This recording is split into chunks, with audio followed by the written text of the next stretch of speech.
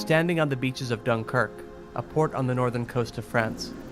Nearly 80 years ago, thousands upon thousands of servicemen from the British Expeditionary Force, alongside French and Belgian Allied troops, stood on these sands, staring out into the English Channel, waiting to be brought to safety in England.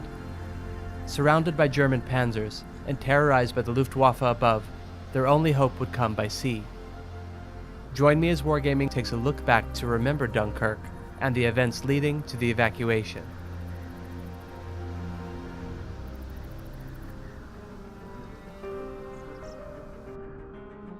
September 1st, 1939. Germany successfully invades Poland, prompting England and France to declare war on Germany 2 days later. The annexing of Poland, comprised of tanks, warplanes, and warships, marks the beginning of World War II as we know it in the West. May 10th, 1940. Germany invades at dawn, deploying all of its forces against France, Luxembourg, Belgium, and the Netherlands. But France has the Maginot Line, a line of fortifications standing against the borders of Switzerland, Germany, and Luxembourg, designed to deter a German invasion such as this. French soldiers position themselves along their Maginot Line, while the British Expeditionary Forces, the BEF, and the rest of the French Allied soldiers deployed themselves against the Belgium and Luxembourg borders. Because Belgium is neutral, the Allies cannot enter Belgium and prepare a defensive position. Germany brings westward Army Group B, comprised of thousands of armored vehicles, while more than 1,000 bombers, dive bombers, and fighters fire upon the airfields of the Netherlands, Luxembourg, Belgium, and France. Nearly 3 hours after their being attacked, Belgium permits the British and French to enter the country. Within the day, most of the Dutch air force is destroyed, and Luxembourg is conquered. Meanwhile, a flaw in the Maginot Line is exploited. Because the French believe that the Ardennes Forest is impenetrable, the area is only lightly fortified. Germany's Army Group A, made up of 41,000 vehicles, including panzers, armored cars, self-propelled guns, and more, passed through Luxembourg and into the forest. Germany crosses the Meuse River, and by May 15th, captures Sedan and heads west, flanking the entire Allied army. On this day, the Netherlands surrender to Germany. With the Allies surrounded by German forces, British Prime Minister Winston Churchill activates a plan to evacuate the soldiers from the northern coast of France, codename Operation Dynamo. Though there are hundreds of thousands of servicemen in France, it is believed that only 45,000 troops, at best, can be evacuated. May 22nd. To ensure that nobody will escape, Germany attacks the coastal towns of Boulogne and Calais with their panzers.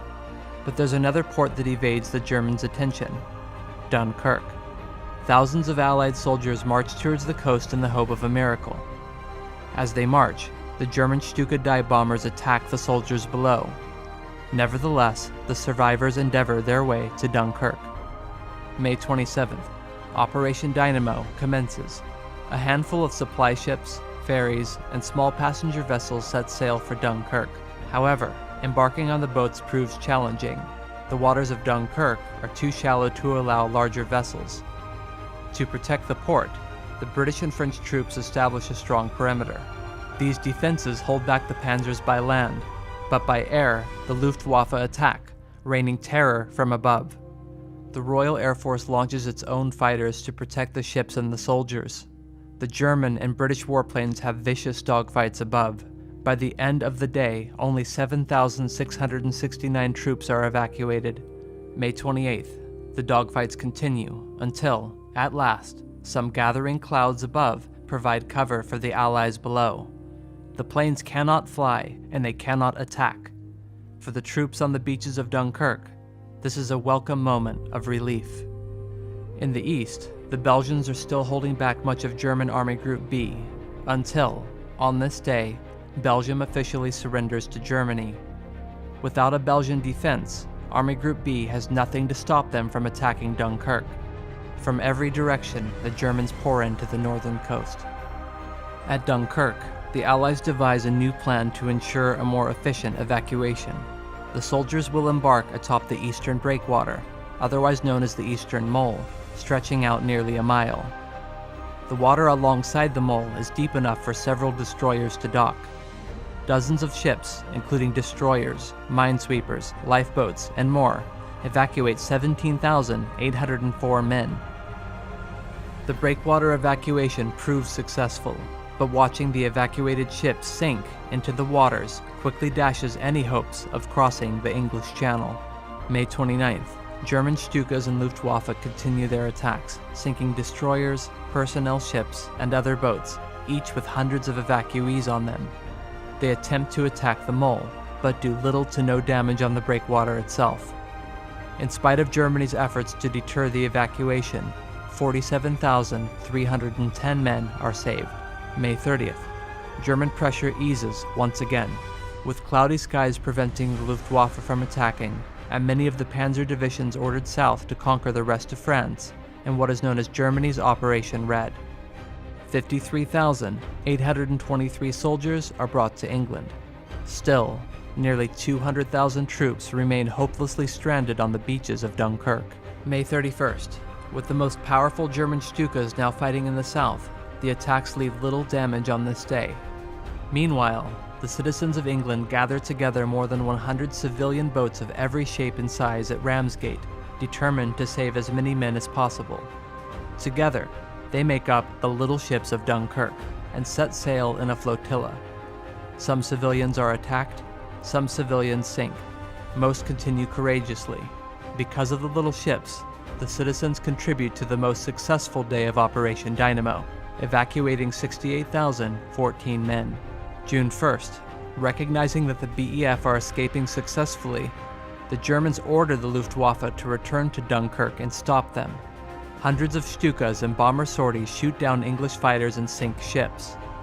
By land, German artillery fires upon the perimeter of Dunkirk, now being defended largely by French soldiers.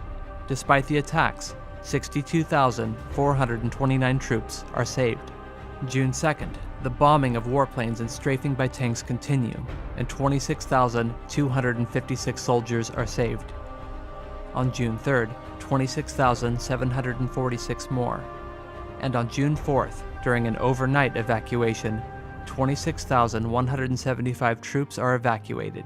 Operation Dynamo, estimated to save a maximum of 45,000 soldiers, saves more than 338,000 men.